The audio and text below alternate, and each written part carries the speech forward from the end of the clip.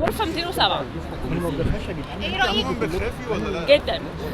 بتتفرجي مش بنام، لازم انام في النور كده صغير. اجواء الرعب دي طيب بتعمل فيك ايه؟ بخاف جدا، بترعب، يا نهار اسود. كام كابوس جالك؟ كتير كتير جدا.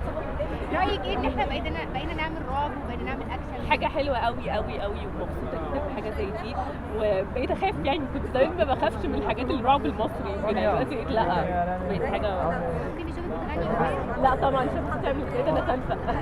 كده يا فرح عايزينك توجهي رساله للمستشفى 57 بعد انا على طول بكلمهم بجد. 57 مستشفى كبيره جدا، وان هي تمر بازمه زي دي كارثه كبيره جدا جدا جدا، وان فرع منها يقفل دي كارثه كبيره. اتمنى لكل الاطفال الشفاء العاجل، واتمنى ان احنا يكون عندنا توعيه اكتر، ان احنا نتبرع اكتر للمستشفيات زي 57 ان شاء الله، وان شاء الله تعدي الازمه دي على خير. لا انا اصلا كده انا لسه مكلماهم ومتفقه ان انا اروح زياره قريب ان شاء الله، ورحت لهم قبل كده. فرح دايما بتروحي الاعمال الخيريه وكده. لا بالذات كانسر، لان يعني مامتي كانت مريضة كانسر ورحت بهية كذا مرة، فأنا عارفة المعاناة اللي بيمر بيها كمان الأهالي.